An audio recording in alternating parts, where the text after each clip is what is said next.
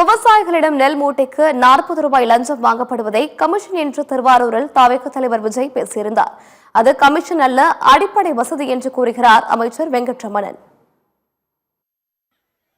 இந்த மாவட்டத்தில் இருக்கிற இந்த கொள்முதல் மையங்கள்ல இந்த நெல்ல ஏத்தி இறக்கிறதுக்கு, அதாவது லோடிங் அண்ட் அன்லோடிங், அதுக்கு ஒரு 40 கிலோ மூட்டைக்கு 40 ரூபா கமிஷன் வாங்குறாங்களாம். அரசாங்கமே ஒரு மூட்டைக்கு 10 ரூபா கொடுக்கறாங்க. ஆனா இவங்க அதுக்கு மேல 40 ரூபா கமிஷன் வாங்குறாங்க. ஒரு டன்னுக்கு 1000 ரூபா கமிஷன். இந்த 4.5 வருஷத்துல பல கோடிகள் இந்த டெல்டா பகுதிகளில் இருக்கிற இந்த விவசாயிங்க கிட்ட இருந்து கமிஷனா புடுங்கி இருக்கிறாங்க. சிஎம் சார், இது உங்க ஆட்சியில நடந்திருக்குது. உங்களுக்கு வேணா 40க்கு 40னா அது எலெக்ஷன் ரிசல்ட் இருக்கலாம்.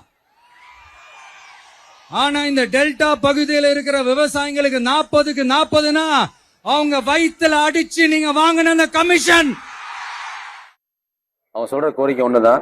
டிபிஎஸ் ஓபன் பண்ணும்போது, டிபிஎஸ் ஓபன் பண்ண நேரத்தில் அங்கே இருக்கிற அடிப்படை வசதிகள், ஒரு கழிவு நீரோ கழிவறைகளோ, உணவு தண்ணீர் வசதிகளோ, உணவு வசதிகளோ, ஷெல்டர்ஸ் அவங்க தங்குறதுக்கு வசதிகளை பண்ணி கொடுத்தா இந்த இஷ்யூ வராதுனாங்க. இரண்டாவது, இந்த டிரான்ஸ்போர்ட்டில் அந்த இஷ்யூ இருக்குன்னு ஆரம்பித்தாங்க. ஒவ்வொரு துறைகளும் ஒவ்வொருட டிபார்ட்மெண்ட்டும் கேட்குறேன், அவங்களோட அனுபவத்தை கேட்குறேன். விவசாயிகளை கேட்டேன், இந்த இஷ்யூ சொன்னாங்க. அடுத்தது சம்மந்தப்பட்ட ஒர்க்கர்ஸை கேட்குறேன், அவங்கள்ட்ட வந்து குறைகளை வாங்கியாச்சு. அது இனிமேல் டிபிஎஸ் ஓப்பன் பண்ணும்போது அது கூடயே நிர்வாகம் சார்பாக என் துறை சம்பந்தமாக அந்த ஊழியர்கள் தங்குவதற்காக அடிப்படை வசதிகள் உடனே பண்ணி கொடுத்துருவோம்.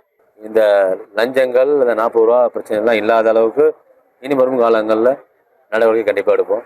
நான் எடுக்கிறது முக்கியமல்ல, அந்த சம்மந்தப்பட்ட பணியாளர்களும் சரி, துறைகளும் சரி, எல்லாம் ஆதரவு கொடுக்குறாங்க.